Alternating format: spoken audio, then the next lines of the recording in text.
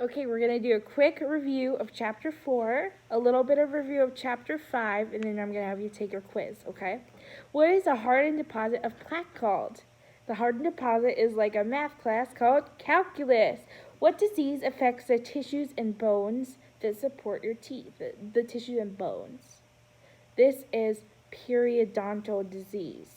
What is the improper fitting of the upper and the lower teeth called? It is called malocclusion. What do we call a dentist who specializes in treating malocclusion? When I had malocclusion as a kid, what did I get? Yeah, I got braces from an orthodontist. That's correct. And what is a balanced diet? Is eating a variety of foods that have all the nutrients necessary to keep you healthy. That's why you can't eat mac and cheese every single day or pizza, although it tastes good. Okay, what is the inner part of the tooth containing the nerves and the blood vessels? That is your pulp. A digestive juice in the mouth. That's your saliva. What is a sticky, colorless film of harmless bacteria which is constantly forming on the teeth? It is plaque. Okay, what is the hardest substance in the body and it covers the tooth? It's your enamel. This is very important. Like I said, I went to the dentist on Monday and I was just telling them, I said, I taught them all these parts of the tooth and it'll help you for the rest of your life to know those. Now, what are cavities? Another name for cavities are tooth decay. They're called dental caries. A thin covering over the root of the tooth that holds it firmly together. Like cement, it is cementum. A hard bone-like tissue which forms and shapes the tooth. That is your dentin. How are you guys doing on these? What is formed when sugar mixes with plaque? It is acid. Now, what time are plaque-producing bacteria the most active? Oh, they're night owls. They come out at night. What causes halitosis? It's bacteria that grow in your mouth or an infection that causes you to have bad breath. What mineral is absorbed by the enamel on the teeth, making the enamel more resistant to acid attacks?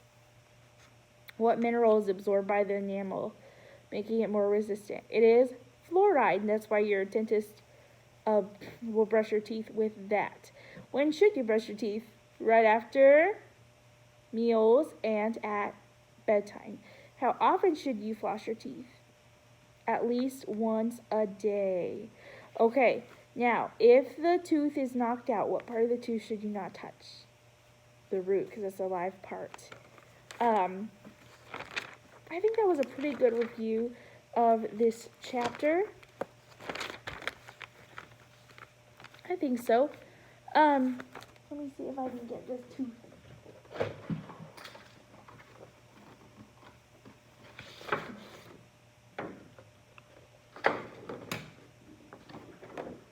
Okay, here we have our tooth, and we have this part, the hardest substance in the body. This is your enamel.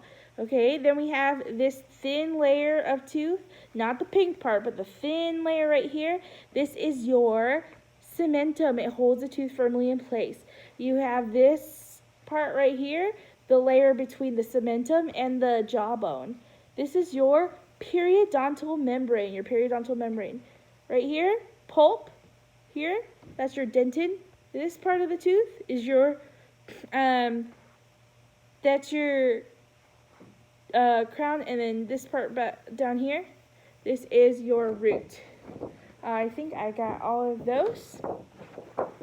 Now we're going to go into our next chapter review, and this is what your quiz is over, so if you don't know these, pay close attention. You have your 3 layers of skin. What is your outer layer right now?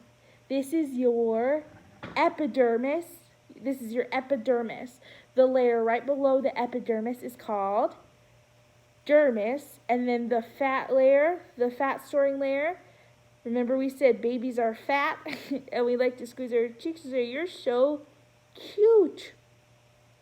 Your subcutaneous layer. That's a long word, I know. Subcutaneous layer. What is your skin made up of? What makes your skin? It's made up of cells. That's right. And we said a raised area of your epidermis. So if your epidermis gets raised with a watery substance in it, what is that called? Yeah, that's a blister. That's a raised area filled with watery substance. That's a blister. What do you call a what do you call a thick, hard layer of epidermis? That would be a callus, and we talked about that for guitar players, and if you are using your hands a lot, like if your dads have a job, maybe they work outside or different things, they might have rough hands or calluses all on their hands. Callus is a hardened area of your hands, or sorry, not of your hands. A callus is a hardened area of your epidermis. So it could be anywhere on your epidermis. Now a blister, though, is filled with a watery substance, so know the difference. And then you have an antiseptic. That would be hydrogen peroxide or rubbing alcohol, which means that just helps to kill the germs. Then we said the 4 signs of infection. What were they? P, R, S, and T. Pus, redness, swelling, and throbbing pain. Those are the 4 signs. What, and this is important, the coloring matter. The coloring matter. This is your pigment. Okay, know this difference. The coloring matter is the pigment. Okay, so think of a pig or something. Okay, so coloring matter is pigment. So a pig's pigment would be pink, right? So that's his coloring matter. So that's pigment is the coloring matter. Now the pigment that is dark colored pigment would be referred to as melanin. Melanin, and the darker you are, the more melanin you have, because that's the dark colored pigment. Does that make sense? Okay, now what are the harmful rays of the sun that what are the harmful rays of the sun called? They are called ultraviolet rays. What is a little sac in the dermis in which the root of a hair grows? It's called a hair follicle, right? What about people that have no pigment in their skin? Those are albinos. What's the layer below the epidermis? That's the dermis. Now, the fatty layer that stores energy, that is called your subcutaneous layer. Now, what are your oil glands referred to as? These are your sebaceous glands, and the oil they produce is called sebum. Now remember, it's your hair and your hair follicle, and in that same thing, you have your sebum, because think your hair gets oily. Then you also have your sweat glands, and your sweat glands is when you are perspiring, and that's what cools your body down and keeps you cool. And so you have your sebaceous glands that have sebum, that oil. Then you have your sweat glands that help you maintain your body temperature. Now, with your burns, which burn affects 3 layers of skin? 3rd degree burn. Which one affects 1 layer of skin? A 1st degree burn. And 2 layers? A 2nd degree burn. You got it. Now, which one requires emergency medical treatment? A 3rd degree burn. Which one should you run under with cold water and cloths? A 1st degree burn. And then a 2nd degree burn, remember, you run in cold water, cool cloths, and then you will pat the area dry and put a bandage over it. And I think that we covered everything except for this, which is important as well. If you don't know this, make sure you look at this, okay? We have our 3 layers of skin right here. Remember, it's your epidermis, dermis, subcutaneous layer. Ready? Epidermis, dermis, subcutaneous layer.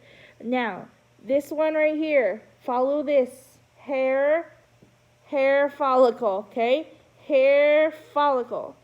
Then this one right here, what happens when your hair, when you don't wash it? It gets greasy from the oil or the sebaceous gland. So the sebaceous gland and the sebum are right next to the hair.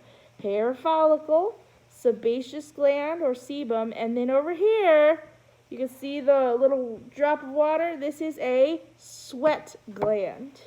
Okay, I want you to take your quiz 7, and then I want you to, after you get done, play the rest of this video, okay?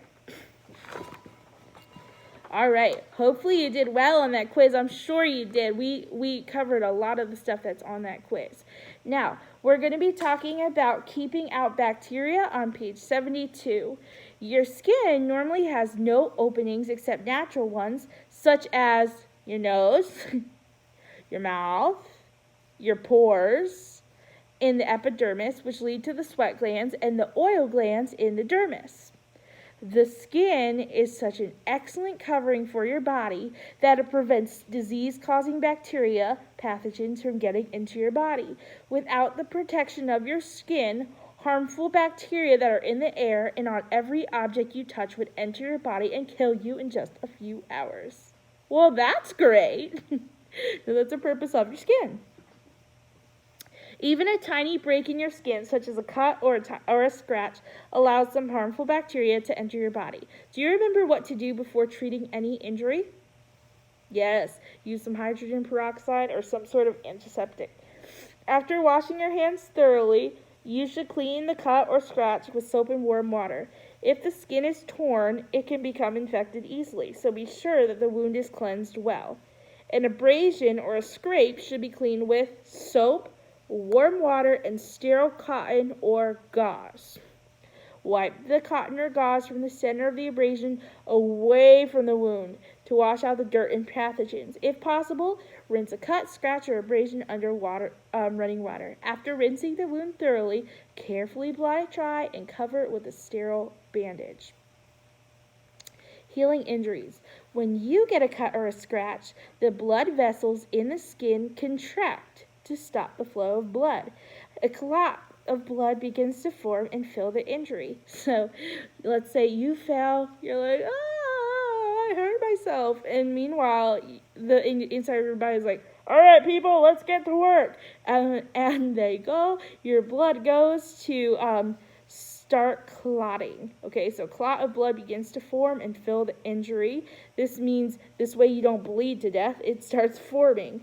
And the platelets in the blood stick to each other and to both sides of the cut.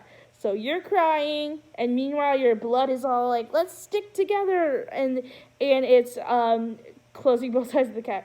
Because the blood clot or a scab is a protection for the wound, don't pick it off. Listen to me, don't pick it off. When I was a kid, I had so many, and I would just start picking them off. I got chickenpox, which is this like itchy disease that it's not good. And so you get bumps all over you, and they itch so bad, and you have to take these baths and oatmeal to make it stop itching. And it still itched, and then you get your skin wet, and then it starts itching. It was horrible, and it was called chickenpox. And my mom would say, don't peel at your skin. And I peeled, and right here, I still had a scar there. And that's what happens if you constantly peel at your scabs. Because I thought I was cool when I was a kid. I thought, I want to peel all my scabs so I can be rough and tough. The scab is like the dark brown hardened thing over your cuts. Because what that is your blood that basically dried and hardened. That's your scab or the blood clot. And you shouldn't be picking that off. Otherwise, it's going to form a scar. And as the blood clot shrinks, the two sides of the cut are pulled closer together. That sometimes is why you might feel a little bit itchy and that it feels very tight. And that's why it's sometimes if you've ever gotten cut on your elbow and it's formed a scab, that it splits so easily and opens up again. You're like, I didn't touch it, but it opened. And that's because it tightens, but then when you bend your arm, it's like opening it up again. Later, new skin cells growing from each side of the cut join together. A scar sometimes remains where the skin cells are joined. And sometimes you might have fresh pink skin if you got a cut for a while until it heals completely. Producing vitamin D. Cholesterol is a substance which is manufactured in the liver and is normally found in the blood, brain, nerves, and skin. When ultraviolet rays of the sun shine on your skin, they change cholesterol in your skin into vitamin D. And this is why vitamin D is sometimes called the sunshine vitamin. So highlight sunshine vitamin, vitamin D. This is why sometimes people in the winter, like me, in Connecticut, I'm not used to the lack of sun, so I take vitamin D because that's my little mini sun in a little pill vitamin form. Remember that God provided large amounts of melanin to the groups of people who had settled near the equator when mankind spread out from the Tower of Babel. Because of this protection, these dark-skinned people could work long hours in the sun, producing sufficient vitamin D from the ultraviolet rays without causing overexposure to them. Dark-skinned people now living in colder climates which lack the direct rays of the sun often lack sufficient vitamin D. After spending too little time in the sunshine, cannot produce sufficient vitamin D for healthy teeth and bones. So this is why it's important to get out in the sun, and if you're not in the sun, to make sure you're taking vitamin D so that you grow healthy bones and healthy teeth. Such people must be sure to eat foods which contain this vitamin. For good food sources of vitamin D, go back to page 10 and 11. If you lack sufficient vitamin D, it will show in the structure of your teeth and bones. A lack of vitamin D can also cause a disease called rickets. Rickets is a disease in which the bones become weak, causing irregular growth and deformities. And you don't want rickets, so make sure you're drinking, and eating your vitamin D. Storing energy. You know that your energy comes from nutrients in the foods you eat. Most energy that is not used is stored as fat in the subcutaneous layer of the skin to be used at a later time. Whenever your body requires extra energy, some of the stored energy is returned to your blood and carried to the parts of your body that need it. If a person is overweight, the subcutaneous layer is storing too much energy. Gathering information. Your skin is one of the main means of gathering information. Nerve endings in the dermis receive messages of touch,